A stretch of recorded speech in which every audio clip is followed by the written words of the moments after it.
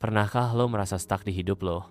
Mari kita berhenti sejenak, ambil napas, dan merenungkan situasi ini. Di usia 35, masih merasa terjebak dalam kemiskinan, dan impian terasa semakin jauh dari jangkauan. Sangat mungkin lo sedang binge watching video motivasi dengan harapan menemukan sesuatu yang bisa mendorong lo untuk bangkit.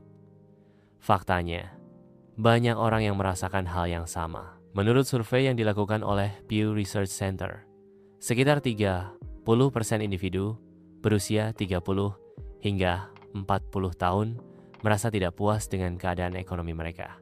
Hari ini, kita akan menjelajahi mengapa banyak orang berusia 35 tahun masih terjebak dalam kemiskinan. Dan, yang lebih penting, bagaimana cara untuk mengatasinya. Apakah lo siap untuk melakukan perubahan? Mari kita mulai dengan memahami mengapa banyak dari kita berada dalam keadaan ini.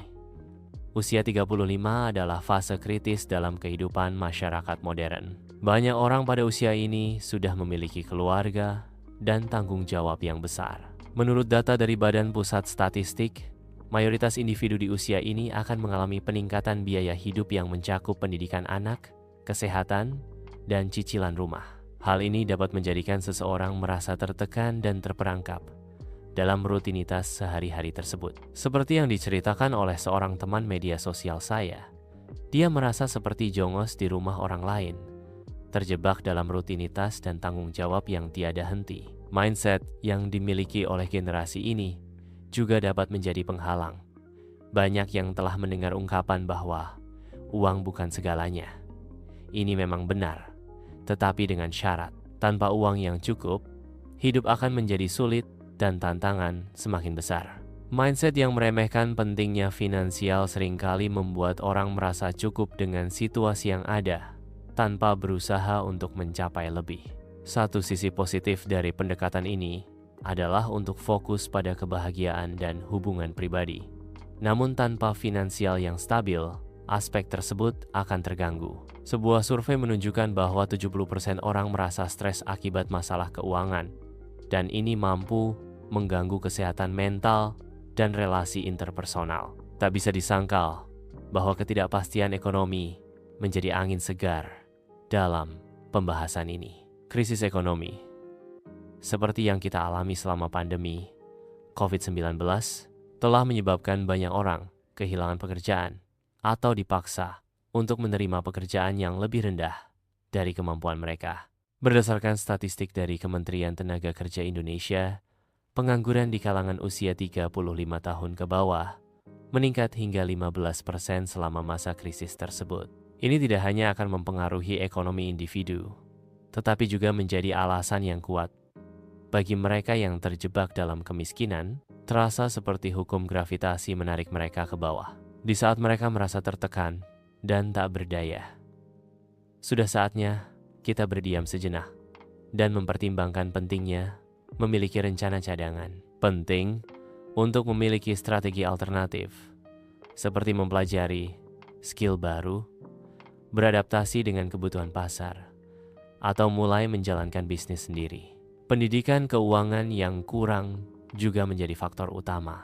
Saat kecil, kita diajarkan untuk mendapatkan nilai yang baik di sekolah, tetapi sangat sedikit yang mengajarkan kita tentang bagaimana cara mengelola uang dengan bijak. Banyak dari kita yang tahu cara menghitung, namun tidak tahu cara membuat anggaran atau berinvestasi. Seorang kenalan saya, seorang guru, menyatakan bahwa dia berjuang dengan masalah finansial meskipun memiliki pendidikan yang baik. Dia mengaku bahwa tidak pernah diajarkan bagaimana untuk mengatur keuangannya, seperti memberi kunci mobil, tetapi tidak mengajarkan cara mengemudikannya.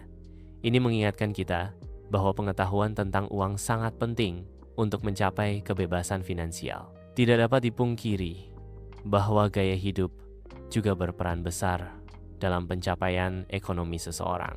Di era digital saat ini, di mana media sosial menjadi bagian penting dalam hidup kita, banyak orang terjebak dalam perangkap perbandingan. Di Instagram atau TikTok, semua orang tampak hidup bahagia dengan rumah yang indah dan liburan ke tempat eksotis. Akibatnya, ini dapat memicu impuls untuk menghabiskan uang pada barang-barang yang tidak perlu. Sementara, prioritas utama seperti menabung atau berinvestasi justru terabaikan. Seorang influencer disebut-sebut menghabiskan ribuan ringgit setiap bulan untuk pakaian dan makanan, sementara merek-merek tersebut hanya menampilkan kebahagiaan yang palsu. Jika lo setiap hari mengkonsumsi barang-barang mewah, tetapi harus makan mie instan, saatnya untuk memperbaiki prioritas. Lingkungan sosial juga memberikan dampak yang signifikan pada perkembangan individu. Jika lo dikelilingi oleh orang-orang yang tidak memiliki ambisi, tidak heran jika lo pun akan cenderung terjebak dalam zona nyaman. Menurut sebuah studi dari Harvard, individu yang dikelilingi oleh orang-orang yang optimis dan ambisius lebih mungkin untuk mencapai tujuan mereka sendiri. Lihatlah sekeliling lo. Apakah teman-teman lo memberikan inspirasi atau justru membawa lo terperosok lebih dalam ke zona nyaman? Cobalah untuk mencari komunitas baru yang bisa membangkitkan semangat dan memberi arahan baru dalam hidup lo. Ketakutan untuk mencoba hal baru adalah salah satu penghalang terbesar. Banyak orang di usia 35 merasa terjebak dalam rutinitas monoton dan dengan enggan mencoba hal-hal baru seperti kursus online atau menjalankan bisnis sampingan. Seringkali, rasa takut akan kegagalan membuat mereka ragu untuk maju. Namun, perlu dicatat bahwa kegagalan adalah bagian integral dari proses belajar. Seperti yang disampaikan oleh seorang pengusaha sukses, saya tidak pernah takut gagal, karena setiap kegagalan adalah pelajaran. Jika lo mencoba satu hal baru setiap tahun dan salah satunya berhasil, lo sudah mengubah hidup lo menjadi lebih baik. Pengelolaan waktu juga merupakan faktor yang tidak bisa diabaikan. Kebanyakan orang menganggap enteng pentingnya manajemen waktu, padahal hal ini dapat sangat mempengaruhi produktivitas. Seringkali kita jatuh ke dalam kebiasaan menunda-nunda, berpikir nanti saja. Namun, kebiasaan ini justru menjadi musuh utama di dalam hidup. Untuk mengatasi ini, penting untuk membuat jadwal harian yang terstruktur, yang mencakup waktu untuk belajar, bekerja, dan beristirahat. Dengan cara ini, lo akan mendapat keseimbangan yang lebih baik dalam hidup dan meningkatkan produktivitas secara keseluruhan. Selanjutnya, jangan lupa pentingnya jaringan. Relasi dapat menjadi jembatan untuk membuka peluang yang tidak pernah lo bayangkan. Banyak orang sukses mengakui bahwa mereka tidak hanya berhasil karena kerja keras, tetapi juga karena adanya jaringan yang kuat. Seorang pengusaha sukses mengungkapkan bahwa ia mendapatkan investornya hanya melalui reuni sekolah lama. Hubungan yang baik dapat membuka pintu untuk ide-ide baru dan peluang yang tidak terduga. Jika lo merasa kesepian, ini saatnya untuk mulai membangun koneksi dengan orang baru. Siapa tahu, orang yang lo temui bisa menjadi kunci untuk mencapai kesuksesan lo. Akhirnya, penting untuk mengatur tujuan yang jelas. Tanpa tujuan, hidup kita menjadi bagaikan mobil yang tidak memiliki peta. Buatlah tujuan jangka pendek dan jangka panjang.